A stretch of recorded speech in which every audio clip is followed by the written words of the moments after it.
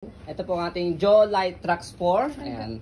Good for newborn. Up to big kids na po yan. 30 to 35 kg. Proven and tested na po namin. Wala po siyang faded. Wala siyang discoloration. Okay, already washed and ready to use na rin. Ito po yung details po niya one by one. So, ito yung kanyang canopy.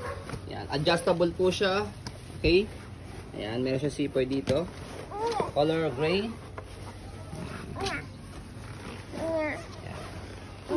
So, meron siyang peekaboo dito. Okay, so ito siya kapag nakahiga. Ayan. Okay, mahaba siya sa kamalapad. Alis ka na. Alis ka na muna. And then next natin yung kanyang front panel. Ayan. Meron siya kasamang pad. Press lang dito sa dalawang side kapag tatanggalin or lalagay si baby. Ayan, okay na muna. Thank you, baby. Pakita muna natin to. So, ganyan po siya kapag nakahiga. I-flat pa natin siya. Sanitize and clean na po ito. Kaya yung anak ko for the higa siya. Ayan. Fully reclined. So, meron siya dito tatlong butas for newborn, toddler, and kids. Depende po sa laki ng baby po ninyo. Harness pad kompleto. Bed lock, wala po siyang putol.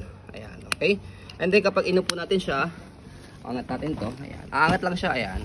Okay? And then, yung leg rest adjustable. Press nyo po dito sa dalawang side. Pagka-upo si baby, para nakababa. Ayan. So, ito yung kanyang footrest, tapakan ng paa, pati yung kanyang gulong. Maganda pa yung gulong niya kasi hindi siya pudpud.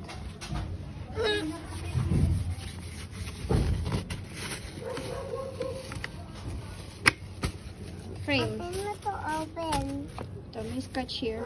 So, ayan yung frame niya. So, Scratch mo. expect po minimal scratch siya dahil pre-love po ito. Yan. Pero sa maselang seller, pwede pa po yan sa mga masiselang mga buyers. So, yan. Tapos yung gulong niya sa likod, big wheels na rin po siya. So, kailangan talaga big wheels for big kids para kayanin po. Gumalaw. And then yung likod niya, ayan, malaki yung basket niya. Tapos, meron siyang stopper. Yan, isang tapak lang na cable na po yan. Yan, tapos angat lang po para mag-go.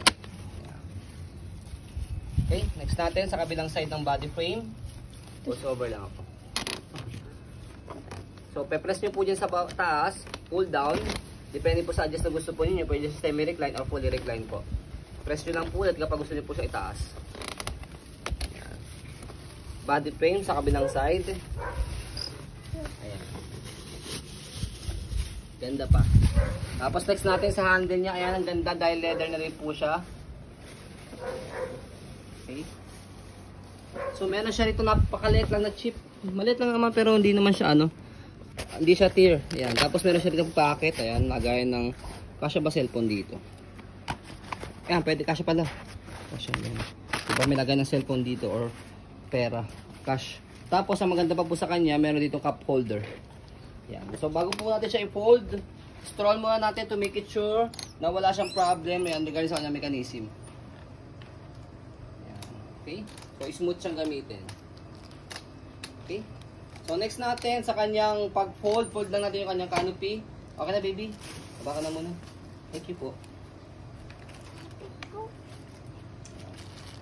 So, stopper nyo muna siya para hindi siya gumalaw. Stopper muna natin. Tapos sa pinakaupuan niya, ayan, meron naman siyang note dito, fold strap. So, meron kayo dyang ipupush. Tapos, angat po itong pinaka-tali niya dito. Ayan. So, ganyan lang siya. And then, compress nyo lang siya para mag-fold dito. Natatayo po siya. Ayan. Hawak mo to, hawak sa kabila. And then, kapag inopen siya, tanggalin lang yung lock dito sa gilid. Tapos, bubukan nyo lang po siya. Tapos, press nyo lang po ito para mag-lock siya. So, ganun lang siya kadali kapag inopen sa finold. So, ayan po. So, you can see, very details po kami sa pong pag-video kasi ang aming shop policy, no refund, no exchange. What you see is what you get. So, yun po. Maraming salamat. Habang tayo si N. God bless po. So, isa lang po ito ha. Ayan. Isa lang po itong stock na to. So, yun po. Maraming salamat. Habang tayo si N. God bless po.